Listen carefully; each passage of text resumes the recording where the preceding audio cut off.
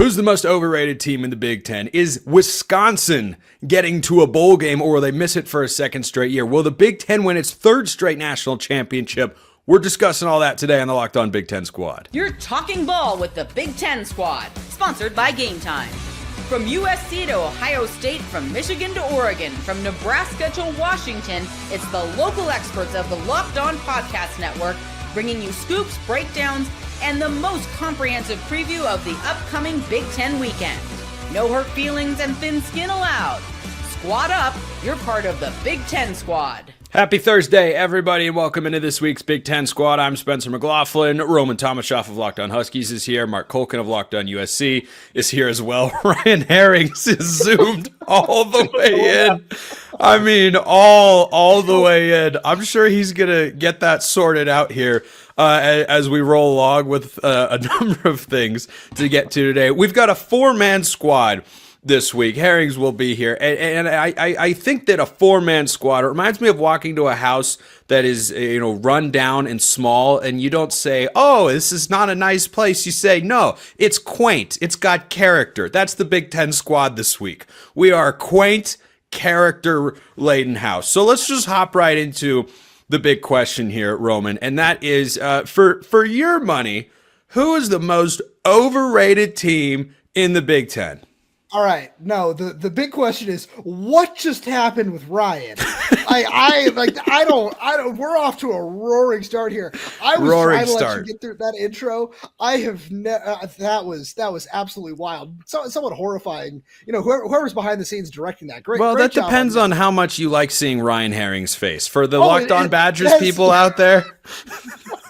It had absolutely nothing to do with We're going to see if Ryan can figure this out by the time we get it right. Yeah, there we go. That's a quick solution. So, all right, yeah. Oh, okay. Man, that's great. Football. Yeah, football. Okay. Let's reset here. Where, Spencer, I was really wrestling with this, where I wanted to be the Washington guy and just take a shot at Oregon because they're returning so many players, right? All two starters from last year's team. 43% of their returning production. Yeah, don't forget about it. 43% strong. But I'm going to go bold here. And I'm going to say, because we don't know what's going on at quarterback. We don't know what's going on at a whole lot of different positions outside of safety, where they've got one of the best players in the nation, and wide receiver, where they do have the best player in the nation. I'm going to go with Ohio State here, where they are losing so much production. We know they recruit super well. We know they do so much well behind the scenes in terms of development, in terms of making sure everybody is ready to step in. But I have legitimate questions. I still think they're going to be a fantastic team this year. But right now, I would say, is this a team that's really ready to get all the way back to the national championship? Because those are the expectations they're going to have to live up to this season. And I have a lot of questions about that team right now. I think that's a fair response, Frank. I'll give my team later. I'll give you a hint. It's not Ohio State. And by the way, Mark, the question here is overrated, not team that you want to hate on the most. So if you say UCLA, I know that you just didn't understand the question, so I wanted to make that clear. It's hard to call a school overrated when they're probably ranked 16th through 18th in the conference. So they're probably positioned where they belong. No, instead of going with Ohio State, which is an obvious choice, instead of saying, well, USC, they're always overrated, I'll take that other school up there by the lakes in Michigan.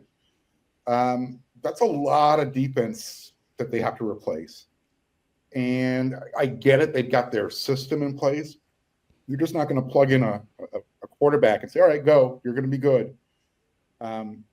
Michigan is probably the other overrated team. I know some people have them rated as number two, high as number two, flip-flopping with Penn State, depending on which publication you want to, go by. But yeah, I can stick with Michigan. I think they could be really overrated. They could be in for a similar season like they had last year. Last year, they were, offense deficient. I think this year, they're replacing that defensive line. And granted, they recruit well, but you're replacing all of that defensive line, including the two guys in the middle.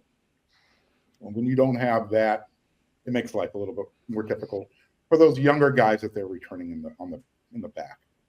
Yeah, I look at Michigan. I love what they're going to be in 2026 because I'm with you, Mark, that that defense is just, it's going to be good. I think there's a certain floor that we saw with Michigan last year because they were still undergoing a bunch of change. Their quarterback play was abysmal, I'd imagine, even if it's Bryce Underwood, which I hope it is, because I think he's just got so much upside compared to Mikey Keene. Like, I think that there's a real chance for Michigan to have, like you said, kind of a similar year where it's just a bunch of turnover. But for 2026, I might have them as my Big Ten favorite right now, depending on how Bryce Underwood looks this season. That's still not my pick. So Herrings with a semi-respectable Zoom level down there, my man. Which team do you look at and say, I don't think they're living up to what people think they will be? Yeah, Michigan was one of the ones I wrote down. I think it's a really good one. Michigan has a reputation as a great recruiting program, but there's a lot of development that happens there, and they can't just readily replace upperclassmen first-round picks on the defensive line in the secondary. But I actually went with Indiana. So the thing with Indiana, I have company. Yes. I have company. I have a friend. Let's go. I have a friend, which is hard to find as neutral arbiter of all things college football. It's hard to find friends who agree with all of my incredibly well-reasoned takes. But yes, Herrings, continue. You're going to like this too, because I'm going to use a movie analogy, and I know you and I are into movies. So like a one-off does not make a multi-year success, right? Tremors, everybody loves Tremors. Great sci-fi movie. The rest of them were terrible. All I'm saying is one good year is, now my camera's really following me. One good year at Indiana does not make it, several great years. You're going to lose Rourke. I like Mendoza. I don't know if I like him as much as what Rourke did for them last year. And then you look at the schedule, like, it's harder this year. You had Notre Dame and Ohio State last year, who quite frankly roughed both of them up in the front seven. Indiana didn't have a great answer there. Now you got to go to Kinnick. You're going to have Illinois. You got to go to Oregon. You got to go to Penn State. Kingsman said, manners maketh the man. Well, schedules maketh the team and the win-loss record. I think the schedule's harder. I don't feel great about the offense replacing some of those pieces. And I see where their people are kind of putting them. They're penciling into some spots. Indiana, prior to last year, had one winning season in like the last 12, 13, 14 years. I know Cignetti is a dude, but that program, that infrastructure isn't ready to repeat what they did last year. I think Indiana is the most overrated team in the Big Ten. Gosh, that's just sharp take coming there from Herrings. I will point out, we didn't plan that because Jacob Goins of Locked On Hoosiers isn't here. He was unfortunately unable to make it at the last moment. But first of all, the Kingsman take 10 out of 10. Second of all, I love that you have Disney's Haunted Mansion feature in the basement where you have the statues that follow you as you walk down the queue. I love that your camera has that, Ryan. That's just that's peak broadcasting, quite frankly. So none of us have any idea what's going on, but I just want a lot more of that. I want to go to what you said and why Indiana is my pick there for being the most overrated in the Big Ten next year. I like Curtis Rourke a lot, and I know what Goins is saying as he's listening to this show back. He's screaming at me because he's told me this so many times throughout the offseason. Well, Indiana doesn't have to run the ball, or they can run the ball more. They're not as quarterback reliant. We've got a much deeper team. That's the best Goins that I got. Pretty solid. Thank you. I appreciate that. I worked way too hard on it before the show when he said he wasn't going to be here. But I see that angle, but the schedule is night and day. You've got the 4 games that you listed there. I think if you go 2-2, Indiana might be a playoff team. I don't know that you're going 2-2. Their preseason win total is 8.5. I think that is overvaluing the Hoosiers with that. Yes, they return a good amount. I don't think they return enough to be where they were a season ago. But speaking of Ryan Herrings, he's the host of Locked On Wisconsin. And if Wisconsin doesn't make a bowl game, they would go under their win total, and we'd be talking about them getting a new head coach. Is that going to take place? We'll just have to find out next on the Locked On Big Ten Squad. First, this episode brought to you by FanDuel. The NBA playoffs are almost here, and FanDuel is giving new customers an incredible way to get in on the action. Right now, when you join FanDuel and place your first $5 bet, you'll get $250 in bonus bets if your bet wins. Plus, if you're listening to or watching the show, you probably love college football because it's the greatest sport on planet Earth. And guess what? All the college football stuff that you want is over there. You have got win totals. You have got national title odds, conference championship odds, Heisman odds. You can even bet on individual games right now. You can bet on individual college football games, which are about 4.5 months away. That's a glorious thing to be able to say. It's better than 5.5 months, which is what we had, of course, 1 month ago. So make sure you go over to FanDuel, check out everything they've got. NBA, college football, they've got it all. Don't miss out. Head to FanDuel.com. Claim your $250 in bonus bets today. Check them out at FanDuel.com. Wisconsin has the third lowest win total in the entire Big Ten at 5.5. They missed a bowl game last year for the first time in like 2 decades. I think Roman and I weren't even going to school yet. It was so long ago, and we were just barely alive. So, Herrings, we'll start with you since the Badgers are your squad. Another brutal schedule for Wisconsin pops up in 2025, which is not great timing for Luke Fickell, who's maybe starting to face some questions about his long-term job security there in Madison. 5.5. Over, under. Where are you going? I'm going to first try to do something quick. Tiny. Zoom out further. Okay. My camera's name, and it's supposed to it's AI powered. It didn't work. We're going to move on. Okay. Need the backstory of Tiny. Its name is Tiny. That's how it came. We're going over. So here's the thing. 3 years ago, Paul Chryst, last season in Madison, I took the over. And I failed. 2 years ago, Luke Fickell comes in. I took the over, and I failed. Last year, I took the over, and I failed. It's not going to happen 4 times in a row, right? This is the definition of okay. insanity. Hold on. Let's have reasons, though. Let's back up. Let's back up there for a moment, Herrings, before you explain your well thought out reasoning, as I'm sure you have. When you took the over last year, please don't tell me you ever said the phrase, "Well, I've taken the over the last 2 years. It's not going to happen a third year in a row." So. We're going over, guys. Listen, I've spent a lot of time on this. At the end of every year in the last several years, I said, I am not taking the over again. And then listen, the portal happens, spring, everybody's in the best shape of their lives. You get a new coach, you get a new transfer, or whatever it is. Here's the thing, though. So this is where I would go over, and this is where I'm basing my reason on. Last year, the Badgers were 16th in the Big Ten in passing efficiency. There's only 18 teams. That's pretty bad. You can bring in a Billy Edwards. I think he can be decent. We talked about worse? It. Geez, I don't even know. Purdue and somebody else probably? Probably Purdue and maybe Northwestern, I would be guesses. I don't know. Yeah, you're probably right. Anyway, continue. Either way, I think you go from really bad to okay. Now, keep in mind, the Badgers won 5 games last year with this same schedule. They played Bama last year. They played Oregon last year. They played Penn State last year. They played USC. They played Iowa. The Badgers had a really hard schedule last year and won 5 games with one of the worst quarterbacks in the Big Ten. Do you know how many teams are in the FBS? I do, because I had to look up tackles for loss for Wisconsin. There's 134 teams in the Big Ten. You know who finished 134th last year? The Badgers. Oh, boy. Dead last. So they were 16th in turnover margin in the conference, dead last in TFLs, 16th in passing rating, and they finished with 5 wins against a hellacious schedule. If you just get decent, and turnovers, a lot of turnovers is luck. We know that. You know, there's self-made turnovers, but there's also just you get a bad bounce, a tip pass, whatever. You get decent turnover luck. Okay-ish quarterback play, which, by the way, Billy Edwards was the definition of okay-ish last year, which Badger fans would rob a bank and kill for right now. And then you're not 134th in tackles for loss in the country. You win another game. So I'm taking over. I think it's 6 or 7 wins. It's certainly not more than that, but I'm going over for the 4th year in the row. Plant the flag. Let's go. All right. So going over the win total is Ryan Herrings drafting Kyle Pitts, is what I heard. That's what we've got to like this time. I tell you what, or Dave. What's David Cross's character on Arrested Development? Which one is he? He's the guy with the glasses. Anyway, he's got the great line where he goes, "Did it work for those people? No.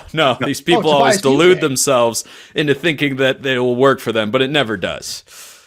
But it might work for us. Eventually, it's going to happen. Yeah, that's the spirit. Mark, you saw Wisconsin last year play USC. You think they're going over 5.5 this year? Alex Green still on that defensive staff there, Ryan? No, he left. Mark, did you know that he's a full-time defensive coordinator now? Yeah. Donde está? UCF. That's what I said, Mark. I couldn't believe it. So when I first came across that piece of news and talked about it on Locked On College Football, I did a sextuple take to make sure and confirm that he was the defensive coordinator for UCF, but he is. So I'm going to give Ryan a little glimmer of hope. You got one more win on your schedule now. Your defense automatically gets better when he's not involved in that scheme. Now, I'm looking at your schedule. And I'm thinking, all right, well, maybe you're 2-0 out of the box. Then you got Alabama. That Maryland game's a toss-up. Michigan, where are you going with that one? Iowa, always a boring game. Ohio State's going to whoop. Whoa. Hold on. That depends on your definition of boring, Mark, because do you like punt fests? That's what I was just about to say. Some people across this great country love watching a punter be the MVP of the game. Well, Not in the Locked On Pac-12. No, but this is Locked On Big Ten. Ironically, True. we had the Ray Guy Award winner last year, so it's kind of funny. It's interesting. But yeah, it's true, Spencer. You can squint your eyes. It happened. I just realized that. Yeah, you know what? I can see them getting 6 wins, and I think 7 is your high point. That you've touched the ceiling at 7. Roman, I'm glad you found that as funny as I did. This is what happens when Brandon doesn't show up because his team is in a national championship game. We're going to finish recording way before that national championship game. Did I miss the punchline? I mean, what happened? No, the view on YouTube was too zoomed in. So Ryan's overly zoomed like Ryan. face was even more blown up. And I just realized it because I looked in the top right corner when Roman said Locked On Pac-12 and I thought, wait, where's the Big Ten logo? Oh, dear. Now we made the adjustment. So, Roman, I'll toss this to you. Washington has to go to Camp Randall, which, as this Oregon guy I know will tell you, is not an easy place to go. No matter how good your team is, it is hard, particularly later in the year. That game will be played on November 8th. How worried are you about going to play the Badgers at their home stadium? Well, personally, I hope I can go to that game. That's something I'm trying to make an effort to go do this season. I'm certainly very concerned about what just that stadium is. I hear great things about the environment. I very much enjoyed Washington, not Washington. I'm all over the place today. Watching Oregon, almost collapse down the stretch there. That was like the highlight of Washington's season last year, wasn't it? Wisconsin. No, the highlight was watching DeMond Williams in the bowl game. That was just. I see. The good old Sun Bowl. Hey, I'm taking the wins where I can right here. Okay. I would too. Yeah, I know, because if we, turn back the clock any further, you're just gonna be like, oh no, that didn't happen. The only season that matters is the one we can talk about. Wisconsin, Spencer. We're talking about Wisconsin. That's true. We are talking about Wisconsin. You're right. And Ryan, I'm sorry to say this, but I'm not completely sold on Billy Edwards just yet. I just as somebody who is one of these West Coast guys, as Spencer and Mark can attest, I can't get in the boat of, hey, okay-ish quarterback play is fine by me. And I'm sure that is certainly an upgrade over what you saw last season. But I can't get in the boat on that just yet. It's one of those things where that is just so important. And even in the Big Ten, as I'm still getting used to, we can hand the ball off 45 times a game. I'm still personally not used to that. But I have to take the under right now. I look at the schedule and I say that is going to be really tough. And, I think that Washington game right now is a toss-up to bring it back to Spencer's original point there. That is going to be a very, very tough place to play for anybody who does need to go in there. But I have to take the under right now, especially, you're talking about, you took the over 3 straight years in a row. You're doing it again. So I feel like I need to just kind of take the other side of the coin there. Herrings, I'm gonna side with you on this one. I like the over 5.5 for Wisconsin. Here's my reasoning. Every time they need a break to come home and play a winnable game, they get it, right? You go to Alabama. Well, that's going to be a loss. Then you come back home, boom, you get to play Maryland in the Billy Edwards Jr. revenge game, right? No shot Wisconsin loses that one. Then you go at Michigan. That's tough. Not unwinnable, but tough at the big house. And what would you like to do after that? Come back home. Oh, yeah, against Iowa, whose offense I'm never going to trust, particularly away from Kinnick. Then you play Ohio State at Oregon. That's a tough stretch because you go home on the road. But then Washington at Indiana, host Illinois at Minnesota. I don't see why Wisconsin can't win as many as 3 of those games. I'm not picking him to win 4, but I think they win at least 2. And if they win 3, I think they go over pretty easily. So I'll plant my flag on the Badgers get back to their bowling ways. They are the bowling Badgers in 2025 once again. Will the Big Ten be a national championship conference once again this year? That is really hard to see. Will it be a third straight year for the Big Ten winning the national championship? I want to start with a proposition or an idea, suggestion, call it whatever you'd like. And Roman, I'll go to you first on this. The best chance for the Big Ten to win a national championship for a third straight year is probably Penn State. Is that complete? Yes, Ohio State, as you mentioned earlier, is going to have a really good roster, but there is not a lot of continuity there. You got the same issues at Oregon. Michigan's got, again, losing a bunch of really good NFL players, but Penn State, as I said last week, should be viewed as the favorite in this conference. There is not going to be a better year for them to win it.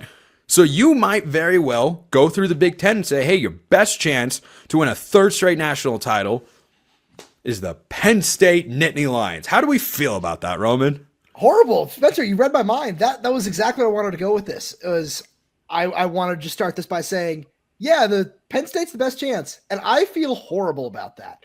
Where I look at Drew Aller, I know they're returning a lot of good players, right? I love their running back duo. Drew Aller coming back is certainly a very important part of this. But we saw the way he played against Notre Dame. I'm not going to trust that guy in a playoff game again going forward. I can't get behind this. I can't trust James Franklin in those big games. I think that they have a lot of talent on that team, but there's too many question marks there. And, if you want to go down the road of one of these other favorites in the Big Ten, whoever you want to call them, I'm not saying the name of your team, Spencer, because I certainly don't. Excuse me. I have no team. You see the stuff behind me. I am neutral arbiter of all things college football. That is my official title here at the Locked On Network. My apologies, neutral arbiter of college Thank football. you. Apology accepted. Continue.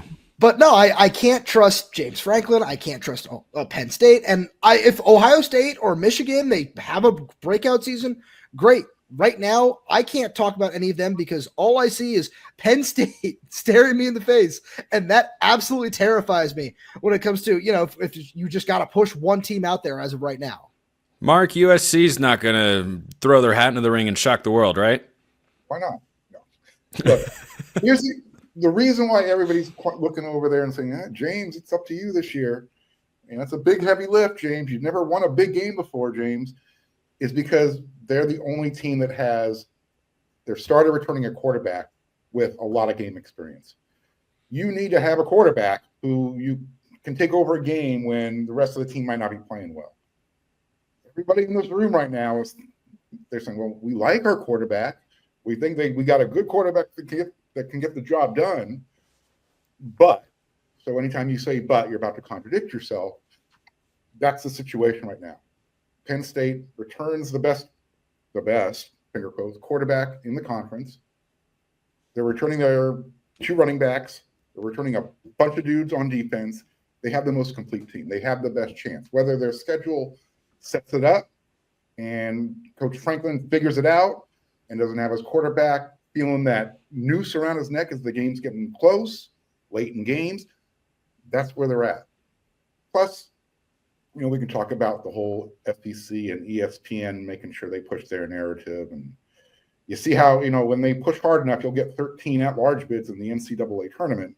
So we'll see what happens in this playoff field coming up in 2020. To be fair, on the 13 bids, I wouldn't exactly say the SEC underperformed. They had like 7 of the Sweet 16. It was pretty good. 13 at-large bids. It's a little excessive. Like I didn't love seeing Texas in there.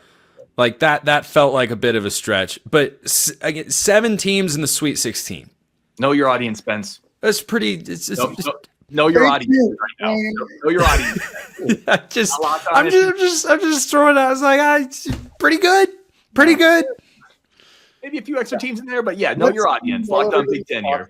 We'll see how everybody's talking when all of a sudden the big conference is pushing 4 and 5 teams in the playoffs. You think the SEC and the ESPN is going to sit around and go, we're okay with that? Well, I mean, are you talking about for the playoff changes that will arrive for next college football season, not this upcoming one? Yeah. Yeah, well, I think the Big Ten's going to have the same number of guarantees as the SEC. That'd be my guess. Just a suspicion, but We'll see who's running the TV. That's who's in charge at that point. Because yeah, I think TV execs have they've been running the show for I think for quite a while now. But anyway, Ryan, your thoughts on the national championship picture for the Big Ten? Yeah, it's funny how the script is flipped a little bit, right? Now, everyone was getting on me picking the Badgers 4 years in a row. Now everyone's picking Penn State to suddenly do it after you haven't seen it in how many years with James Franklin? I don't know about picking. I think you're just saying they're the last best hope. But that's the thing. I don't think they are. See, that's what I'm saying, because they've never been the last best hope because they haven't been able to do it. I think you look at an Ohio State, you see, and I hear what you're saying, Roman and Mark. It's really good points about returning quarterback experience. That matters 100%. But I think you look, who's the best offensive player in the league is going to be on Ohio State with Smith. The best defensive player is probably Downs at Ohio State. They're going to figure out quarterback play because it's what they typically do with those weapons. And, Sayin is an athletic guy. They're going to figure it out. I trust Ryan Day way more to engineer a championship level team than I do Franklin. And by the way, where does Penn State go in the regular season? They go to Columbus. Like, schedules make it seasons. You talk about it's much easier to win the national title if you have a better regular season, improve your seeding. Penn State's not going to beat Ohio State in Columbus. That's going to be a caravan running through barbarian lands. It's just going to get raided and torched. They're going to get up there. So I don't think they're going to beat them in Columbus. I mean, maybe I'll be wrong, but I think it's Ohio State. And in terms of the Big Ten, now in terms of bigger pictures, the Big Ten going to repeat. You got to look at there's not a lot of great quarterback answers in the SEC. Not really.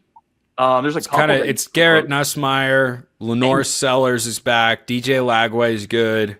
Nico, if you're going to bank on sophomore, yeah. The point is, there's not a lot you point to there and say, wow, that's a great player. Maybe Texas with Manning, in the second year. But my point is, I think Ohio State probably has as good a chance as anybody. I like them more than Penn State does. So that's where I would put my confidence as a Big Ten fan, just because I've seen enough from Aller. And Roman, you hit it. We saw what he did against Notre Dame. I don't trust that guy to win a title. I just don't. So I think it's Ohio State for me.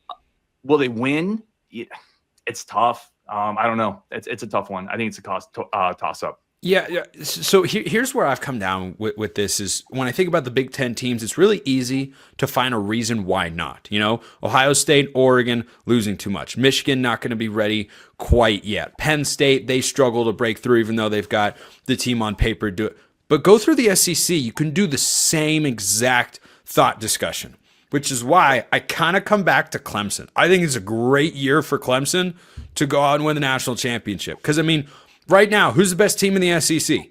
Or who's going to be? Georgia or Texas, probably, right? They're both working in new quarterbacks. That has no guarantee. Now, they could both pop off. They're both really talented guys. Arch Manning last year. What's that? Yeah, they did. Texas looked better with Arch Manning last year. That's going to be a seamless transition, Spencer. I think it can. I think it can be. Like right now, I've said the best team in that conference. I've said for a while Texas would probably be my national championship pick right now until we maybe hear a little bit more. Just because I think their defense is really good. I trust Sark on offense. I think Arch Manning's good. But there's a lot of I think, I hope, I wonder about all that sort of stuff. And maybe a Big Ten team sneaks in there by default. But, this is kind of like, like they could, maybe, possibly. But, like, the best quarterback in the SEC is Garrett Nussmeier at LSU. We think Brian Kelly's winning a national championship? Maybe. They're all in. They've got a great transfer portal class and all that sort of stuff. I wouldn't be surprised if the Big Ten finds a way to walk into one by the end of the year. But at the outset, yeah, I don't think the chances of a three-peat are incredibly high. We'll call it there for today. Roman Tomashaw, Locked On Huskies. Mark Culkin, Locked On USC. Ryan Herrings, Locked On Badgers. I'm Spencer McLaughlin, Locked On all over the place. This has been the Big Ten Squad. We'll see you next time. And Ryan's camera is going to see him when he sleeps tonight. So that's something he's got to look forward to. We'll see everybody until then. Hope you all have a wonderful rest of your day.